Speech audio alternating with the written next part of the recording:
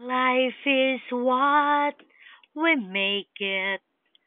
Life is a joy.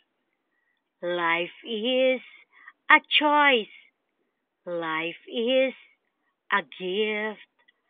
Life is a birth of love, hope, and charity.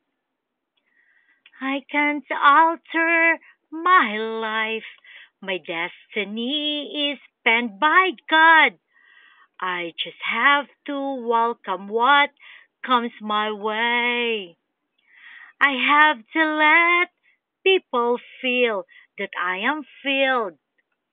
I am not hungry now, so I am not angry.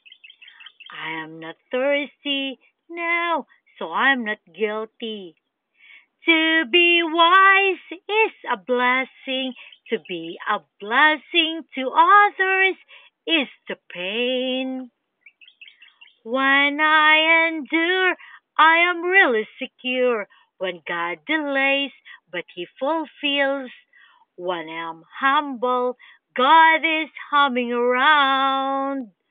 So life is an energy, a record of vitality, excitement sparks in our hearts, a pilgrims of resiliency, survival of liveliness, the substance of our existence, happiness that enlightens, a realization of trials and tribulations, a labor of maturity.